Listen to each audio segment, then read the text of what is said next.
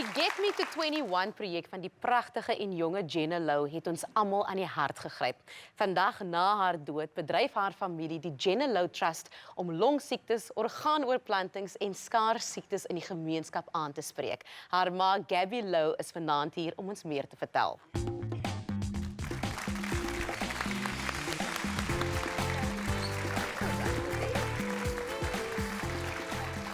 Hi, Gabi. Gabi, welcome to Tussen Ons. Thank you so much. Thank you for this book. Actually, let's start with the book. Get Me to 21. This is a book about your daughter, Jenna Lowe. Yes. She was diagnosed at the age of 17. Tell me about that. Diagnosed with pulmonary arterial hypertension, which sounds innocuous, but it's not. It's a degenerative lung condition with no cure. Yeah. Completely healthy, normal child until then. Well, never quite normal, but she was always very bright, and so it was a huge shock, and I think half the problem was that diagnosis took so long because it's such a rare illness that it took 18 months to get a proper diagnosis, and therefore she was late with treatment, which could have extended her life. So she passed away just before her 21st birthday party. She passed away 3 months before her 21st birthday.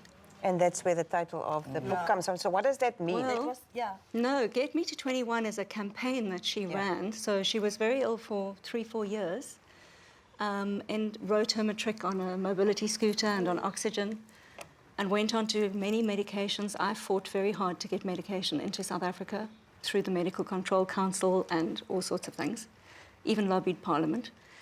And then we got her onto the medication she needed, but she had started so late that she needed a double lung transplant. Sure. And Get Me to 21 was when we realized that the state of organ donation in South Africa is appalling. We have 0.02% of our population are donors, and so there was very little chance of her getting her organs. So she launched this campaign called Get Me to 21, literally a video from her bed. By then she couldn't leave home. And she invited the whole nation to her 21st birthday, literally, everybody. And all you had to do to come was sign up to be an organ donor. I would. And the campaign went viral, and she single-handedly increased the organ donation rate by 287%. Oh. Such a big difference at that young age. But I think, as you mentioned from the start, the issue was the fact that there aren't that many people signed up to become organ donors. Not enough. What is the reason for that? There are so many misconceptions about it too. So many misconceptions. So I think half the problem is that we don't have an opt-out system. So around the world, the countries that have the best organ donation rate are countries where you are born an organ donor. Automatically. When you're 18, if you don't want to be an organ donor, you opt out. Whereas we don't have that in South Africa. You have to opt in. And I don't think there's enough education. I think there's a lot of misunderstanding about what it means to be an organ donor. The point is, you don't need your organs in heaven. We need them here on earth for people who are waiting to live. And no one's going to take your organs until you're dead. So why not leave them? You can save 7 lives. One person. Yes, I was going to can ask you save about the 7 7. That plays quite a huge concept. What is the significance of 7? So it's about 7 organs. So you've got 2 kidneys, liver, heart, lungs, corneas. Yeah. You can save 7 people. One person can save 7 lives. Every day. Your skin, your bones, everything. Absolutely. When my husband fell ill now, and so we came back like quite shocked, and we were looking. I was looking for like, where are our wills, and what does it say? So it was not updated in a gazillion amount of years because you think you're going to live forever. And then I found mine eventually, and I discovered that on my will, if something should happen to me, that I must have been very, very young, donated my body, should something happen to me, to UCT.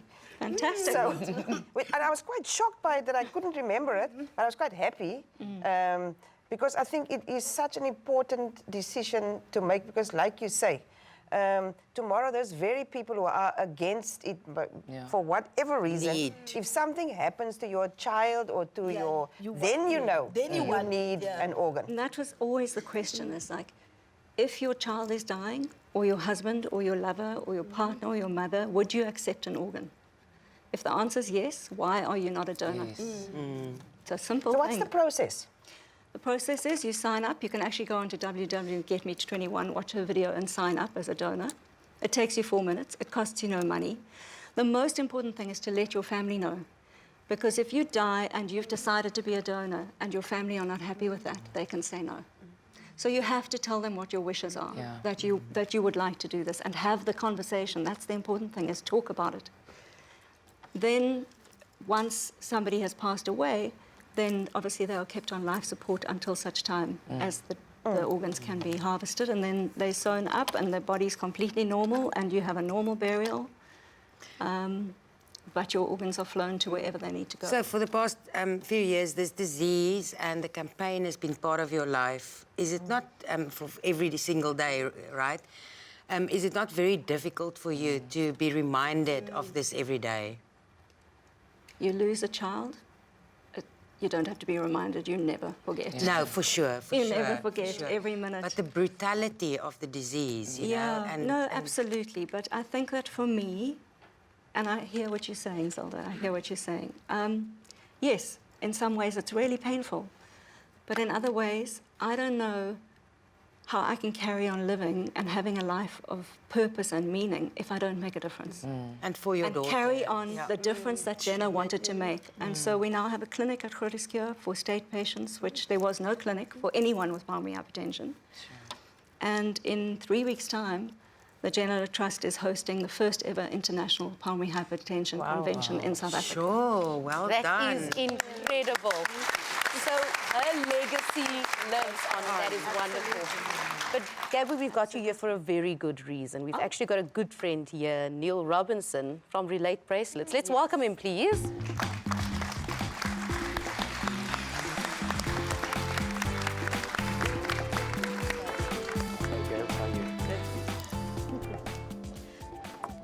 Neil, I know your partnership has come for quite some time, but what a story. Why did you decide to partner with the Jenna Lowe Trust? Amazing, powerful woman, an inspiration to us. We're trying to work with organisations in various fields and sectors in the non-for-profit sector. And the story of Jenna, her campaign, Stuart and Gabi, what they did, what they went through, I mean, it really is. I mean, I can sit here today and just admire what they've done. And, you know, we try and help as much as we can in little bits. And I think every charity and every partnership is different. But I think this has been a very special one. And it's humbling to work with people like this because, you know, you go through the trauma and the strife of losing a kid. And I don't think many of us sitting around here can understand what that's really like. And all we try and do is be a true partner in whatever shape, way or form we can be. And this is the start of it. It's a journey that I'm sure will go on for many years to come. Absolutely. And we've got the whole legacy of Jenna's, what she's done, the awareness she's raised, etc. has been amazing. So, yeah, it's a start. What would you like to tell Gabi this evening? So we normally do slightly different things on the show, but tonight we've got it's more of a memorabilia as to what we feel about our relationship, what it means to relate. And I think we can get it on now. So it's a little something just to celebrate what we've done. Oh, wow. And hopefully some more to be done for your office. So there you go. Especially beaded. Beautiful. That's so beautiful. Pleasure. So you are beaded by the elderly ladies in the township, slightly different. Magnificent. Yeah, so it's put in your office and I just love another this. thing. Do you see this? So we all know that love is obviously not a verb, it's a noun. Yes. But Jane used to say love should be a verb because you need to do love. You need to practice it. How beautiful is that? Just So there you go. Gabi, thank you for what you do. And Relate, thank you very much for assisting with the bracelets that you're making here. So baie dankie dat julle ook saam gekyk het. Ons maak volgende week weer so, maar ons het 'n baie spesiale groet vanaand. Salome is terug met What I Do Best.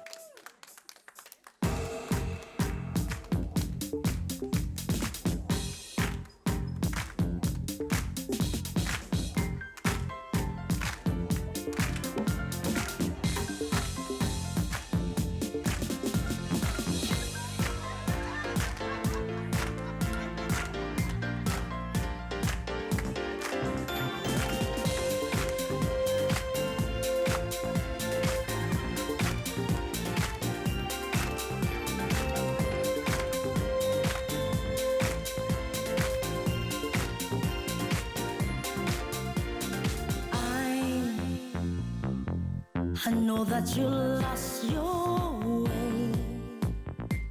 You need to find that somewhere you belong.